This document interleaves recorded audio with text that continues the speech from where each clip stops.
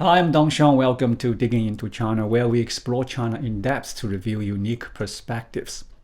The tariff conflict between President Trump and President Xi Jinping continues unabated. At present, the United States has imposed a 125% reciprocal tariff on China, with the White House clarifying that the total tariffs now reach 145%, 125% for reciprocal measures and an additional 20% punitive tariff related to fentanyl. Frankly, it's like even President Trump struggles to keep track of the tariffs he's levied on China. His approach seems to shift daily, and as both sides escalate their retaliatory measures, the spectacle feels increasingly juvenile to those observing. In China, Xi Jinping, after 2 days of deliberation, resolved to match the U.S., imposing a 125% tariff on American goods. Yet Xi is a leader deeply concerned with maintaining dignity, and this tit-for-tat tariff exchange, reminiscent of schoolyard quarrels, has grown tiresome and undignified in his view. Consequently, Xi declared he's done engaging in this game with Trump. Impose whatever tariffs you wish, he essentially said, I won't respond further. With tariffs already at 125%, Xi believes trade between the U.S. and China is effectively decoupling, rendering additional increase in meaningless charade. Xi's stance here has merit. The endless bickering between two global powers is not only tedious but unbecoming. I myself find it difficult to watch. At this juncture, the tariff war has inflicted wounds on both nations, with neither side gaining substantial benefits. Trump's misstep was his overly aggressive tactics. Had he targeted China more selectively from the outset, the harm to the U.S. economy might have been mitigated. While he's now attempting to adjust his courses, his unpredictable governance has rattled investors. Markets remain pessimistic, likely awaiting concrete tariff agreements between the U.S. and its allies to eliminate uncertainty and restore stability. In contrast, there's no indication Xi intends to relent. The U.S. China trade saga has taken an almost absurd turn. Trump repeatedly claims he's waiting for Xi's call, positioning himself as the dominant party who expects the weaker side to initiate negotiations. He's holding firm to maintain that image. Xi, for his part, isn't opposed to dialogue but refuses to make the first move. He's vying for the stronger stance, waiting for the U.S. to reach out, which would cast America as the one seeking talks, a subtle but significant distinction in perception. The current stalemate stems largely from the strikingly similar leadership styles of both men, each insisting on emerging as the victor. Since Xi shows no willingness to compromise and is prepared to forge ahead, he must also brace for the repercussions. Accordingly, China has begun efforts to shore up its economy over the past few days. Today, let's examine China's plans to safeguard its economic stability and whether they align with our expectations. The first priority is stabilizing capital markets and supporting the stock market to prevent the rapid depreciation of the yuan. China's stock exchange have introduced a daily net selling cap for hedge funds and major retail investors, set at 50 million yuan, with stricter limits if markets decline further. Already, restrictions on free trading are evident in A-share market. Yet, curiously, the market has risen these past few days, propped up by state-backed intervention, what we call the national team. These gains are largely superficial, designed to project an image of markets unscathed by U.S. tariffs. Similarly, efforts are underway to maintain the illusion of a robust yuan exchange rate. State-owned banks have been instructed to halt their own foreign exchange purchases and scrutinize clients' currency transactions more closely, effectively pausing non-essential forex activities to ease pressure on the yuan. The results are clear. After breaching 7.4, the yuan was swiftly pulled back to within 7.3.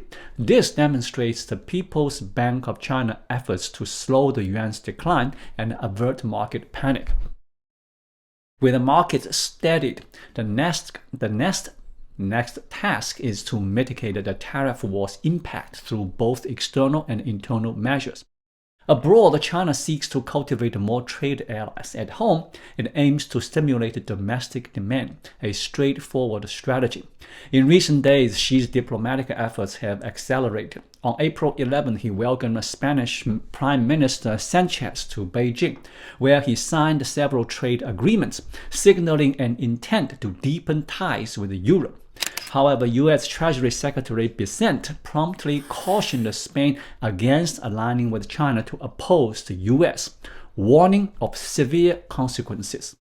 I doubt Europe will side with China. The pragmatic course for Europe is to avoid antagonizing either power, ideally profiting from both relationships. If that proves unfeasible, Europe will strive to steer clear of crossing critical boundaries. For instance, the EU previously countered some U.S. tariffs, but only on $20 billion in trade, a modest gesture to avoid a serious rift with Washington. Yet, as a global power, Europe must project strength. So, public criticism of the U.S. is obligatory. At the same time, Europe cannot sever its trade reliance on China entirely. Fully aligning with the U.S. to confront China is untenable for Europe. So it will continue balancing both sides to maximize its own interests. This is precisely what I've criticized Trump's aggressive tariff strategy. Even allies prioritize their own interests, and a more measured approach to containing China's trade could have garnered broader cooperation. Negotiating a plan first, then announcing policies, would have softened the blow to global markets. Returning to Xi, beyond engaging Europe, he's embarking on a trip this week to Vietnam, Malaysia, and Cambodia. His choice of destinations reveals a focus on Southeast Asia's role in the tariff conflict. These countries are key hubs for China's transshipment trade and are currently negotiating tariffs with the US, which will undoubtedly press them to impose duties on China to tighten the trade encirclements. Xi's mission is to secure these trade partners' loyalty. Losing them would choke off China's transshipment channels, leaving exporters without a lifeline. The question is what incentives Xi can offer to retain their support. Relying on outdated Belt and Road rhetoric won't suffice.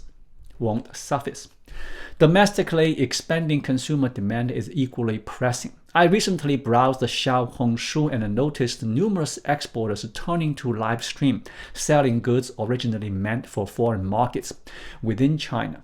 But this is a minor fix at best. Domestic purchasing power simply can't absorb the vast export inventory. Beijing is reportedly holding urgent meetings to devise new economic stimulus measures. Have you observed an intriguing trend?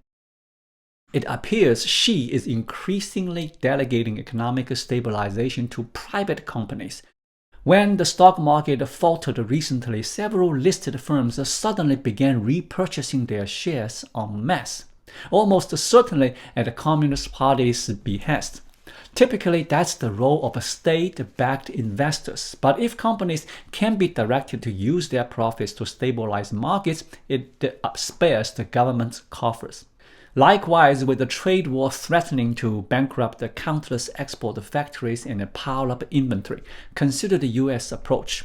Unsold agricultural goods trigger immediate government subsidies. Xi, however, is far more frugal. Saved factories, yes. Provide subsidies, certainly. But Xi won't pay for it.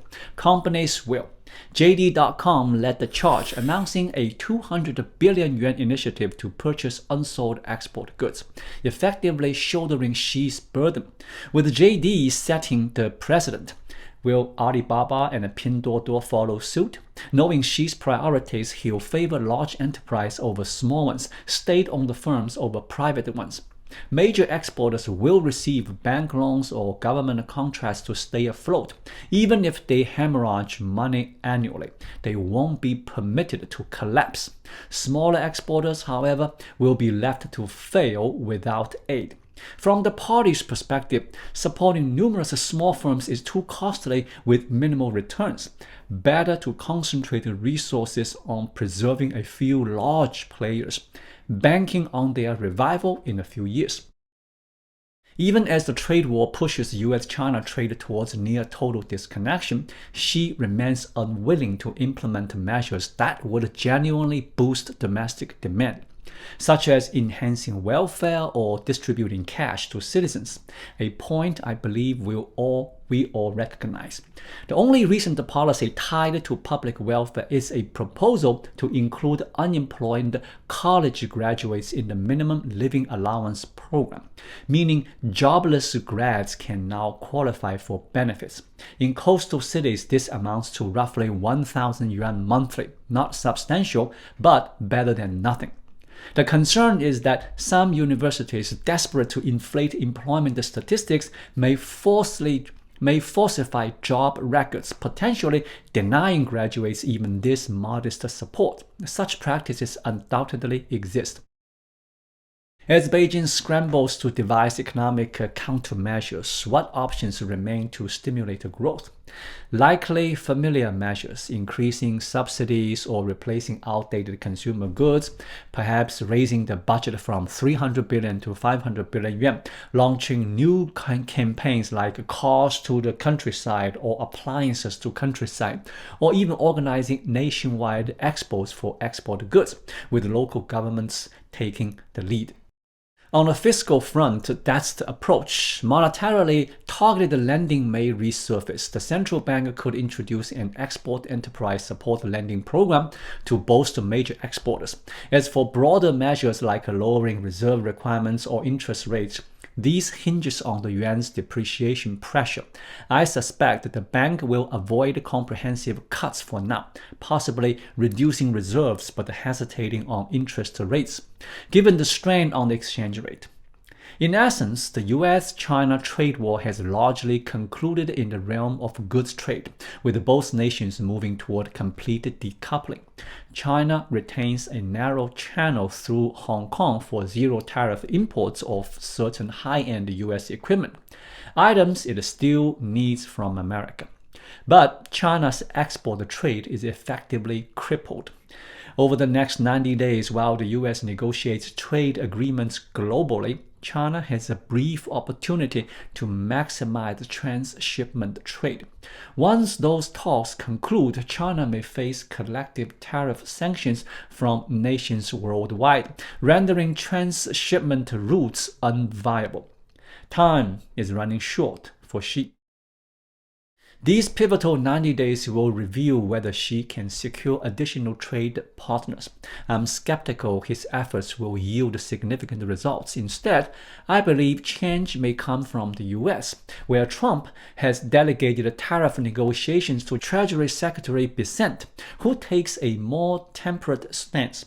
If the U.S. relaxes its tariff demands on allies, it could indirectly ease the pressure on Xi, offering him a slight reprieve. Thank you so much for watching. If you find this video helpful, please like it, drop a comment below, and hit the subscribe button right here. It really helps YouTube suggest my video to others. I'll be back with more content soon. Until then, be well.